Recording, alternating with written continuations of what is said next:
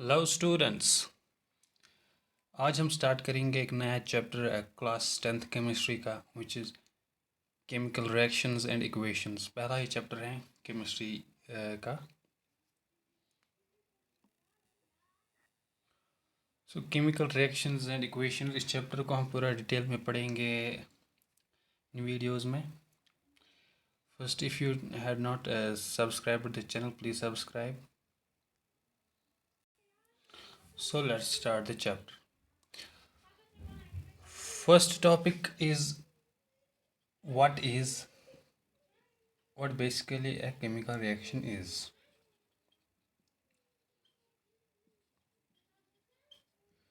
पहले हम यही देखेंगे केमिकल रिएक्शन होती क्या है।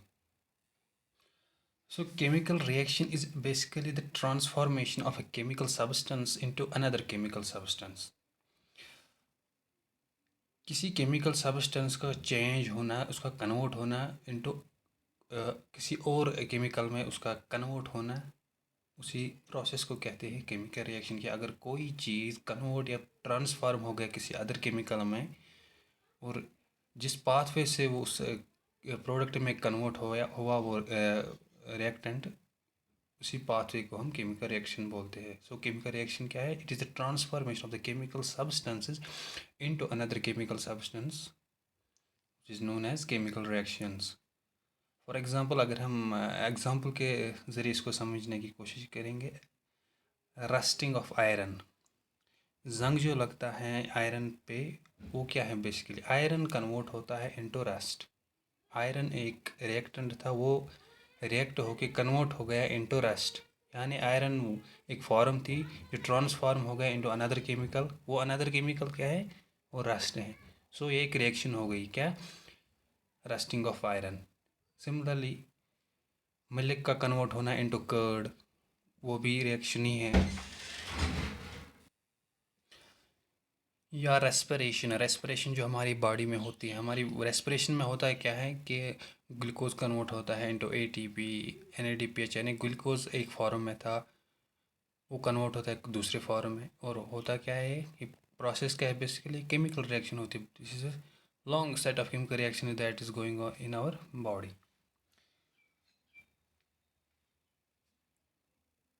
सो let's write this.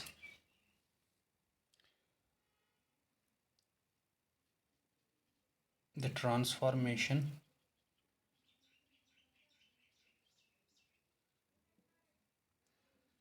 of a chemical substance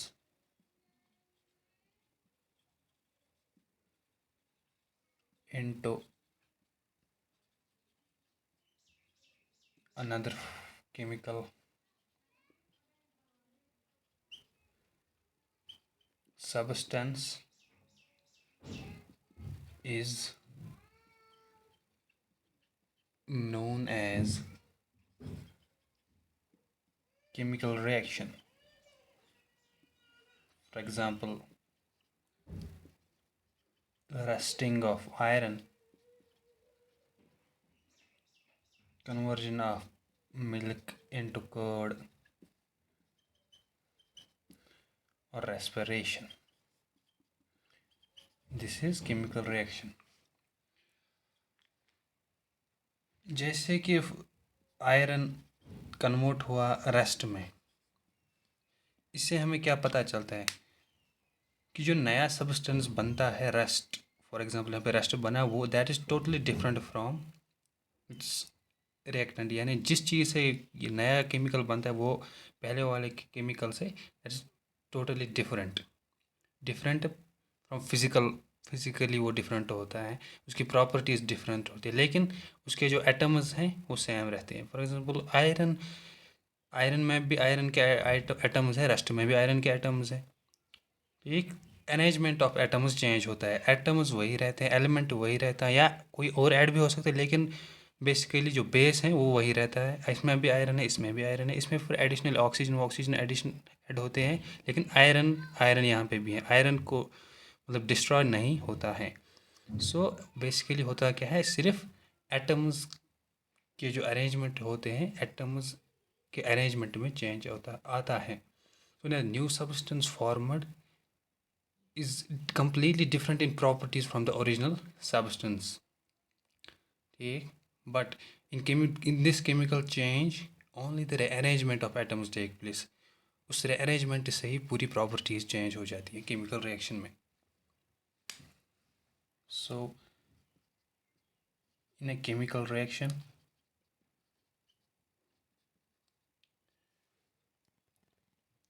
new substance formed is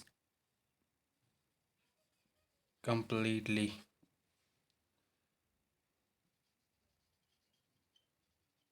different in properties from original substance.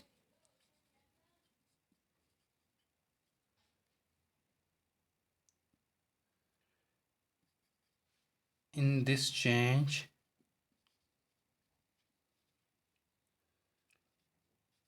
only rearrangement of atoms take place. So this is chemical reaction. We will see some example. Some chemical reactions के example देखेंगे. For example, Mg plus O2 gives MgO.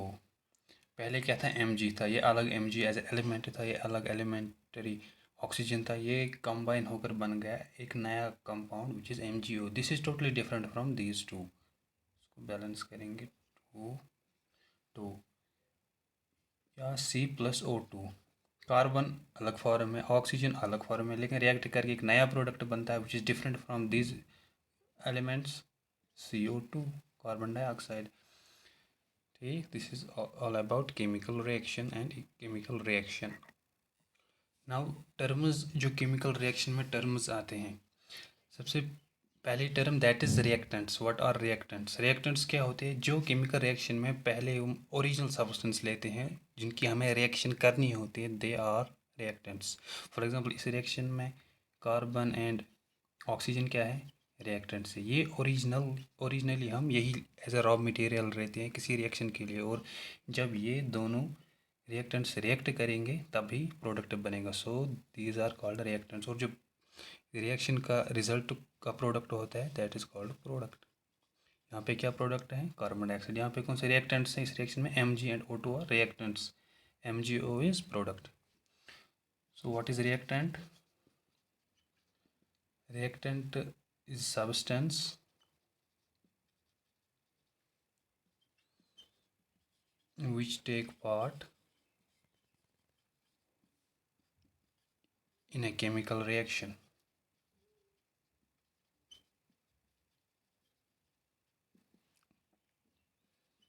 Or called reactants. Similarly, products हम यहाँ पे लिखेंगे are products, substances which take part in a chemical reaction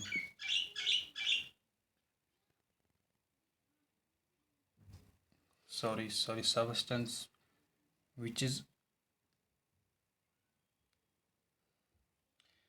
is formed, जो reaction से बनता है, which is basically the end product which is formed in a chemical reaction are called products.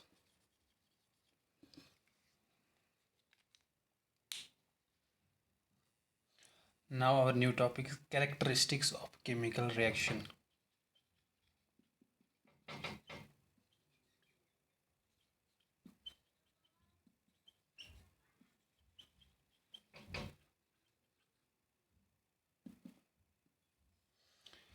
Characteristics of chemical reactions means अगर कोई reaction होती है तो उसके क्या इंडिकेशंस, हमें कैसे पता चलता है कि रिएक्शन हो रही है, that reaction is going on.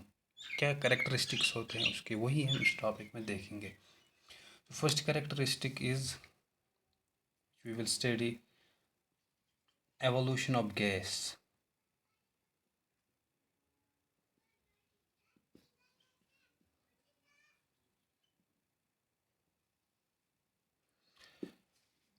ये वो उन रिएक्शंस के लिए ये कैरेक्टरिस्टिक है जिन रिएक्शंस में गैस, कोई पर्टिकुलर गैस निकलता है और उस गैस से हम डिटेक्ट करते हैं कि रिएक्शन हो रही है। फॉर एग्जांपल कोई रिएक्शन होती है, इसका कोई एंड प्रोडक्ट कार्बन डाइऑक्साइड है, ठीक। हम उस कार्बन डाइऑक्साइड को डिटेक्ट करते हैं। अगर वो किसी डिटेक्टर से, अगर उस डिटेक्टर ने उस कार्बन डाइऑक्साइड को डिटेक्ट किया, मतलब रिएक्शन हो रही है।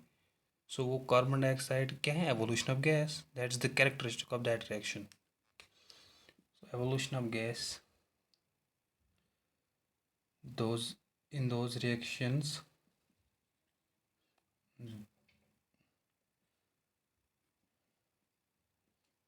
this character is shown by those reactions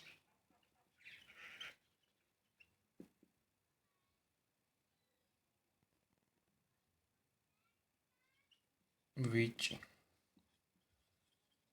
release some gas as one of the product.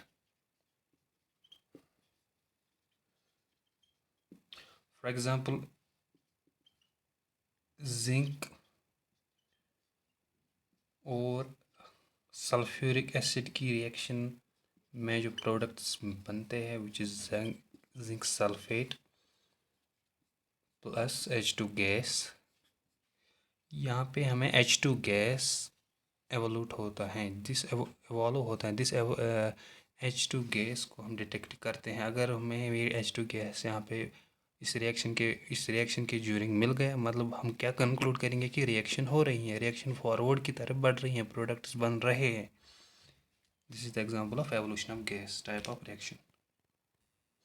Now second characteristic is change in color.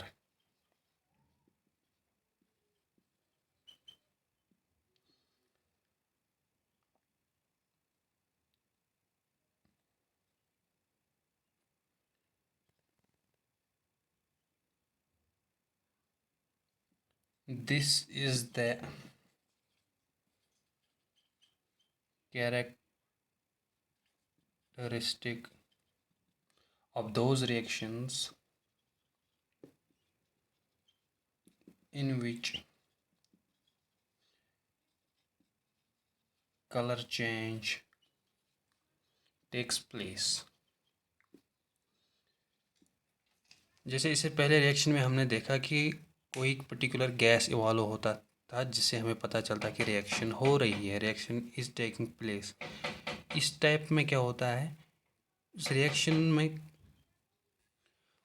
Reaction के जो रिएक्टेंट्स होते हैं पहले उनका कोई पर्टिकुलर कलर होता है। जब रिएक्शन कंप्लीट होती है, जो प्रोडक्ट्स बनते हैं उस रिएक्शन से उनका कोई नया कलर होता है, मतलब मीन्स जो पहले कलर था वो अब नहीं रहता है। कलर चेंज टेक्स प्लेस से हमें क्या पता चलता है कि रिएक्शन हुई है, रिएक्शन हो रही है। इसकी example, for example K2Cr2O7 potassium dichromate, acidic, मगर ठीक, एसिडिक पोटेशियम डाइक्रोमेट, इसका कलर ऑरेंज होता है। जब ये रिएक्ट सल्फर डाइऑक्साइड से करता है तो जो प्रोडक्ट बनता है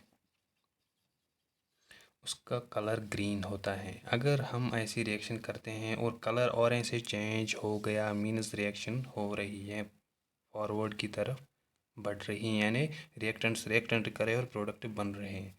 कलर कहाँ से चेंज होता है? Orange to green. This is change in colour. Next type of characteristic is change in temperature.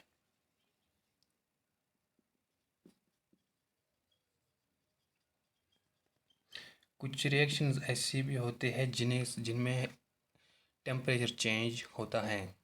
Which we जिनको रिएक्टेंट्स का एक टेम्परेचर होता है और जब प्रोडक्ट्स बनते हैं उनका दूसरा टेम्परेचर होता है, mean temperature change occurs. If temperature change occurs in those reactions, we understand that reaction is taking place. ठीक, those reactions in which temperature of products is different from reactants. For example, a reaction between zinc and dilute sulfuric acid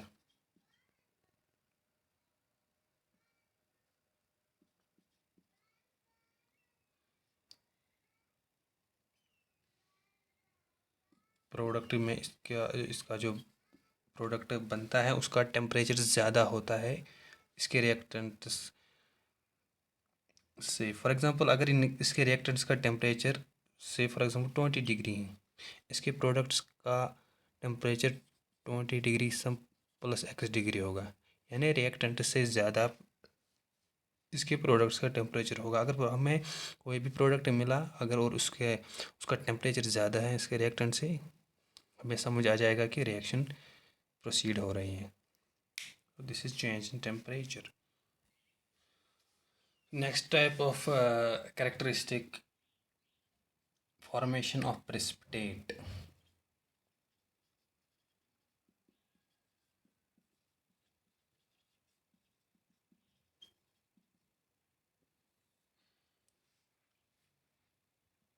बहुत सारी ऐसी reactions होती हैं जिनमें precipitate बनता है, एक सॉलिड एक particular amount of substance precipitate होता है, यानी किसी सोल्यूशन में अगर हम कोई रिएक्टेंट जो सोल्यूबल नहीं होते वो रिएक्ट करके उसके बेस पे जमा होते हैं, उसी जमा पे जो सब्सटेंस रहता है उसके बेस पे, that is basically precipitate. And बहुत सारी ऐसी रिएक्शंस होती हैं which are characterized by the formation of precipitate. For example the reaction between sulfuric acid and barium chloride solution is characterized by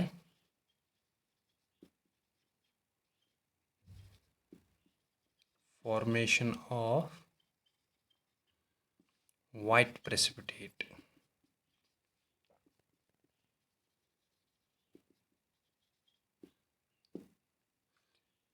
of वो precipitate क्या होता है, that is basically barium sulphate, BaSO4। H2SO4 यानी sulphuric acid और barium chloride का जब हम solution लेते हैं, फॉर एग्जांपल उसको हम शेक अगर करेंगे तो बेरियम क्लोराइड और सल्फ्यूरिक एसिड रिएक्ट करके नया कंपाउंड बनता है बेरियम सल्फेट, जो प्रेसिपिटेट हो जाता है, जो जमा हो जाता है इन द सॉलिड फॉर्म, उस सोल्यूशन से वो बाहर आता है और नीचे बैठ जाता है, वो अमाउंट बनाता है, दैट इज़ जो वाइट कलर होता है उसके प्रेसिपिटेट का, और फार्मूला उसकी है BaSO4। रिएक्शन कैसे होती है, बेरियम क्लोराइड एक्वस, पहले एक्वस होता है बेरियम क्लोराइड, H2SO4 ये भी एक्वस है, लेकिन जब इन दोनों की रिएक्शन होती है सोल्यूशन एक्वस फॉर्म में तो बेरियम यहाँ से सल्फेट, यहाँ पे डिस्प्लेसमेंट रिएक्शन होती है, बेरियम और सल्फेट नया कंपाउंड बनाते हैं बेरियम सल्फेट। ये इनसोल्यूबल होता है, यानी उस सोल्यूशन में ये सोल्यूबल ही नहीं होता है, जब ये सोल्यूबल ही नहीं होता है तो ये प्रेसिपिटेट हो जाता है, नीचे ये इसका अमाउंट बनता है। So this will be PPTC से हम इससे डिनोट करते हैं प्रेसिपिटेट को, और यहाँ पे क्या बच गया, HCl, ये रहेगा एक्वस क्योंकि ये उस सोल्यूशन में सोल्यूबल होता है। तो this is formation of precipitate. अगर हमें इस रिएक्शन में प्रेसिपिटेट वाइट कलर प्रेसिपिटेट बना, हमें समझ आ जाएगा कि ये रिएक्शन हुई है। ये एक कैरेक्टरिस्टिक बन गई उस रिएक्शन की। सो आज के वीडियो में इतना ही। नेक्स्ट वीडियो में हम देखेंगे केमिकल इक्वेशंस, और हम देखेंगे नेक्स्ट लेक्चर में balanced chemical equations, what are unbalanced chemical equations. और इसी चैप्टर को हम आगे वाले लेक्चर्स में कंप्लीट करेंगे। If you like the video, please like and share the video, and also subscribe the channel, please. Thanks.